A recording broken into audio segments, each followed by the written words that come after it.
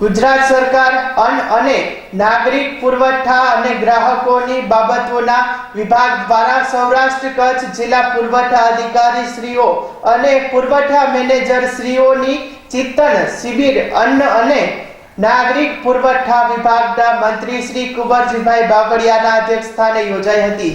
આ તકે જિલ્લા પુરવઠા અધિકારીઓને ફરજ ઉપરનું પ્રેઝન્ટેશન રજૂ કરવામાં આવ્યું હતું। મંત્રી શ્રી કુંવરજીભાઈ બાવળિયાએ આ તકે કહ્યું હતું કે રાજકોટમાં યોજાયેલ સૌ પ્રથમ અન્ન અને નાગરિક પુરવઠાની ચિંતન શિબિરથી આ વિભાગ વધુ બહેતર બનશે।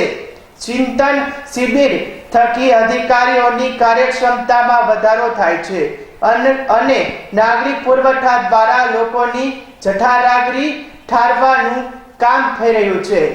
તે સંપૂર્ણ જવાબદારી અનુશાસન પૂર્વક થવું જોઈએ।